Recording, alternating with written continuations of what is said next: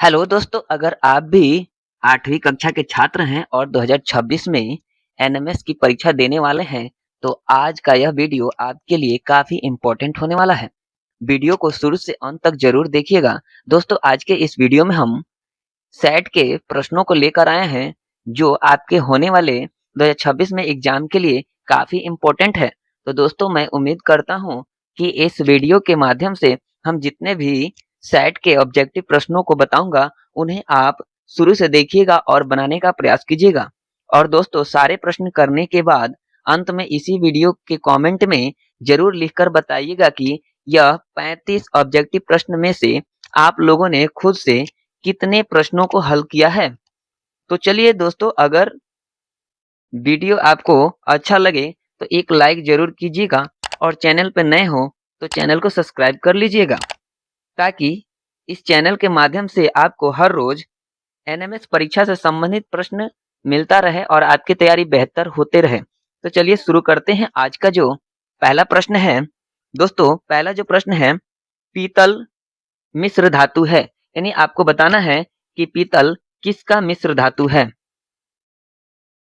Option है Cu और Sn, Cu और Zn, और Cu और Pv, और Pv और Sn। तो दोस्तों, Cu से जो होता है वो कॉपर होता है, यानी कि तांबा होता है, और Sn जो होता है वो क्या होता है, टीन का होता है। ये भी आप लोग ध्यान में रखिएगा। और साथ ही साथ यहाँ तो कॉपर है, और Zn से क्या होता है, जिंक। ये आप लोग ध्यान में रखिएगा। Pv से क्या होता है, सीसा होता है। ये सभी ध्यान में रखिएगा, तो क्वेश्चन कभी भी गलत नहीं होगा। तो चलिए, इसका जो राइट आंसर है वो हो जाएगा, कॉपर और जिंक से मिलकर पीतल बनता है। एक और चीज ध्यान में रखिएगा कि पीतल जो होता है, इसको याद रखिएगा कि पिताजी अगर ध्यान रखिएगा तो आपका इसका आंसर बन जाएगा, यानी कि पिताजी।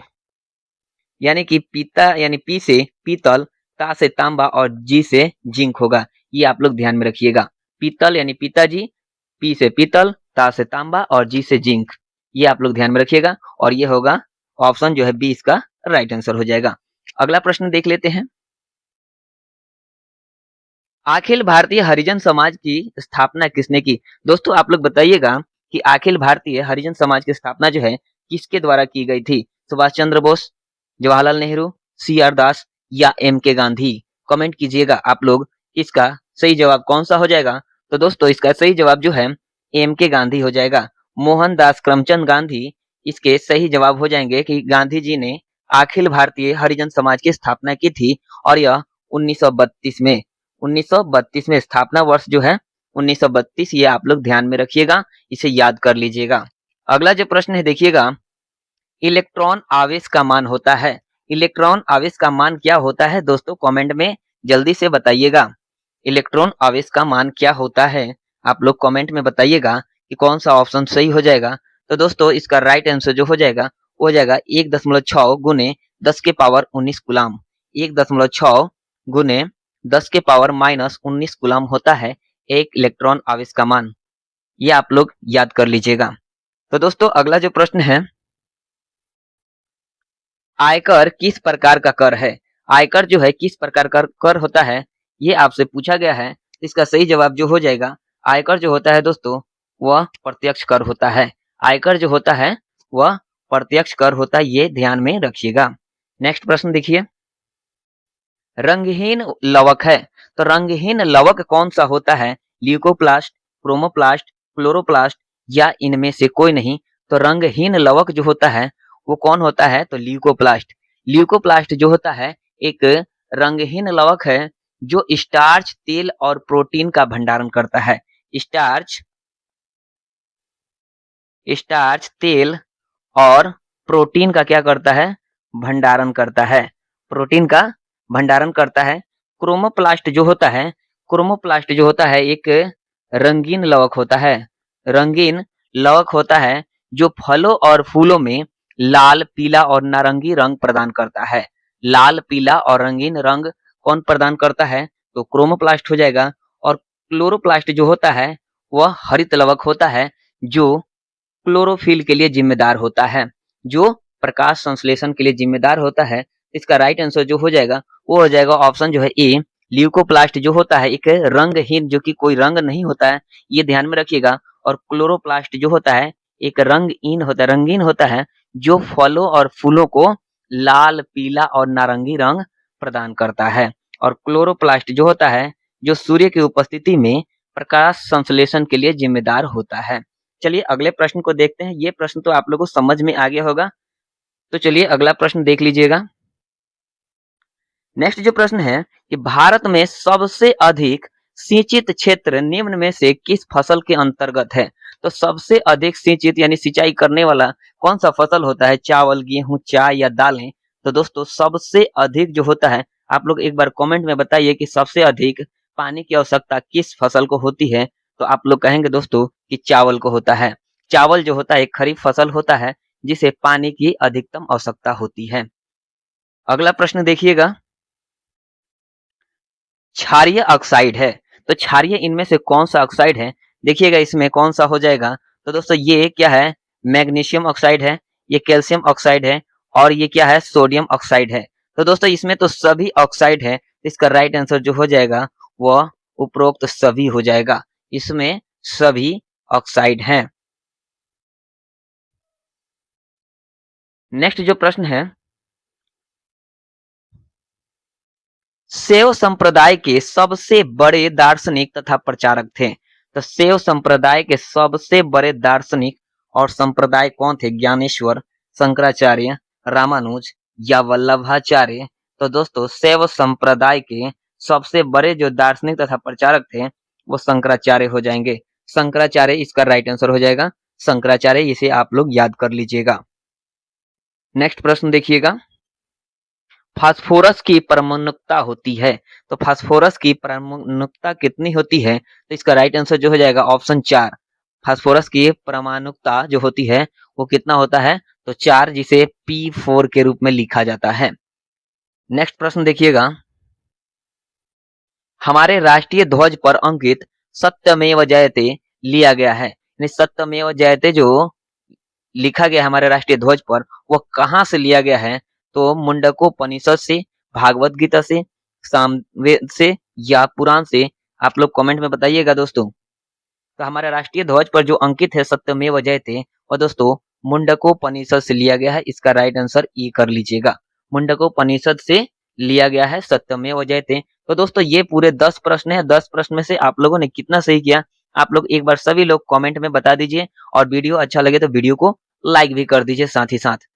सभी लोग कमेंट में बताइए कि कितना सही किया 10 में, और लाइक साथ ही साथ कर दीजिए। अगला प्रश्न पे चलते हैं। विद्युत लेपन आधारित है। विद्युत लेपन जो है किस पे आधारित होता है? तो होता है दोस्तों धारा के रासायनिक प्रभाव पर। धारा के रासायनिक प्रभाव पर विद्युत लेपन आधारित होता है, ये आप लोग याद कर लीजिएगा। नेक्स्ट प्रश्न। दोस्तों ये जितने भी प्रश्न है सभी एनएमएस एग्जाम में पूछे गए प्रश्न हैं। ये सभी कभी न कभी एनएमएस एग्जाम में पूछे गए प्रश्न हैं, तो इसे आप लोग मिस न कीजिएगा और पूरा वीडियो देखिएगा। चलिए अगला प्रश्न जो है, कारगिल युद्ध स्मारक स्थित है, यानी कारगिल युद्ध स्मारक जो है कहाँ पे है दोस्तों? आप लोग बताइएगा। तो कारगिल युद्ध जो है दोस्तों यह टाइगर हिल लद्दाख, टाइगर हिल लद्दाख, ये आप लोग याद रखिएगा। टाइगर हिल लद्दाख में जो है कारगिल युद्ध स्मारक स्थित है। अगला प्रश्न देखिएगा। भूकंप को मापने के लिए उपयोग किए जाने वाले उपकरण का क्या नाम है? तो भूकंप के लिए जो मापने वाला जो उपकरण होता है, भूकंप के लिए मापने वाला जो उपकरण होता है वो सिस्मोग्राफ होता है। सिस्मोग्राफ जो है पृथ्वी की गति को मापता है, मतलब यह कितना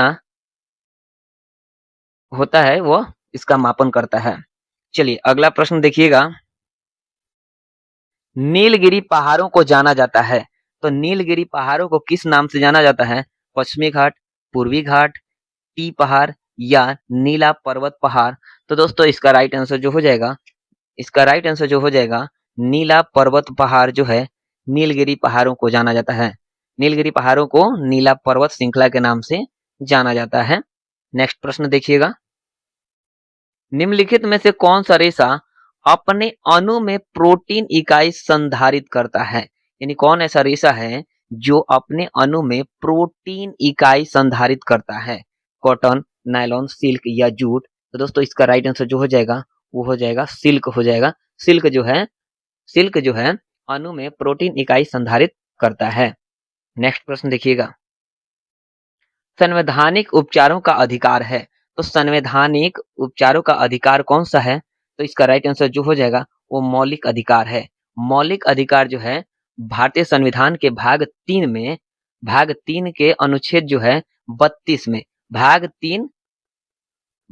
3 और अनुच्छेद जो है, इसे भी ध्यान में रखिएगा, अनुच्छेद 32 में दिया गया है। अनुच्छेद 32 में के तहत यह प्रदान करता है भारतीय संवैधानिक उपचारों का अधिकार। ये आप लोग ध्यान में रखिएगा, भाग 3 के 32 में। और ये कौन सा अधिकार है? तो मौलिक अधिकार है। चलिए नेक्स्ट प्रश्न, जल में वायु का बुलबुला निम्न में से किसकी भांति व्यवहार करता है?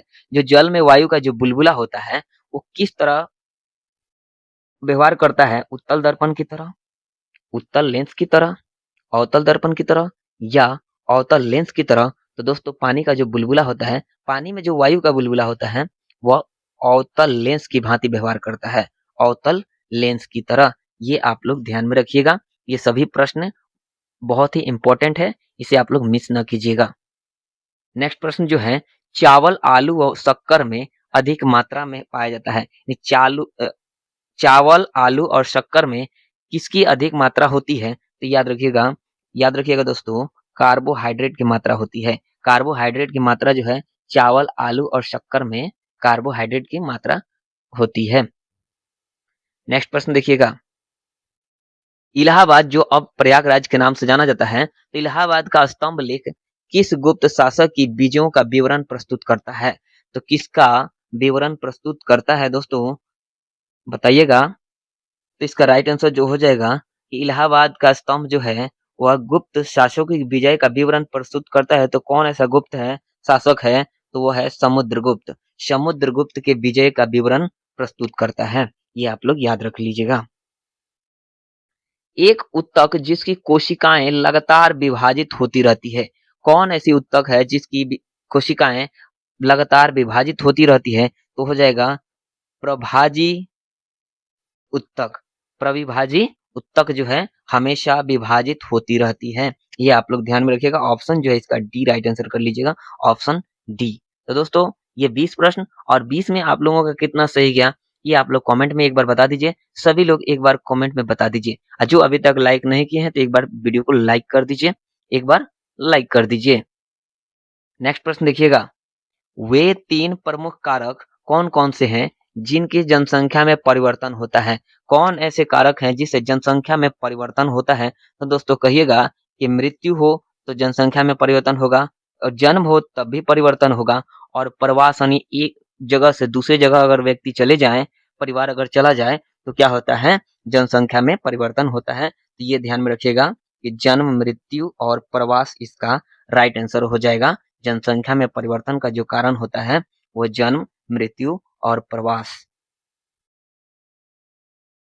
हीरे के चमकने का क्या कारण है? हीरा जो चमकता है किसके कारण चमकता है? तो इसका राइट आंसर कौन सा होगा? परावर्तन, अपवर्तन, प्रकीर्णन या पूर्ण आंतरिक परिवर्तन? तो दोस्तों इसका राइट आंसर जो हो जाएगा पूर्ण आंतरिक परिवर्तन के कारण हीरा जो है चमकता है। हीरा का चमकने का जो कारण होता है वो क्या होता है? पूर्ण आंतरिक परावर्तन। चंदेल राजाओं ने डैश मंदिर का निर्माण करवाया था? किस मंदिर का निर्माण जो है चंदेल राजाओं ने किया था? तो दोस्तों इसका राइट आंसर जो हो जाएगा खजुराहो का मंदिर। खजुराहो का मंदिर जो है, खजुराहो का मंदिर वह चंदेल राजाओं के द्वारा करवाया गया था। ऑप्शन ए इसका राइट आंसर हो जाएगा। कैमरा व सरल सूक्ष्मदर्शी द्वारा बना प्रतिबिंब क्रमशः होता है। कैमरा और सरल सूक्ष्मदर्शी द्वारा बना प्रतिबिंब किस प्रकार का होता है? तो दोस्तों इसका राइट आंसर जो हो जाएगा वास्तविक और आभासी। वास्तविक और आभासी होता है। ऑप्शन जो है ए इसका राइट आंसर हो जाएगा। ऑप्शन ए वास्तविक और आभासी होता है। कौन सी किरणें हमें हानिकारक सूर्य की किरणों से बचाती है?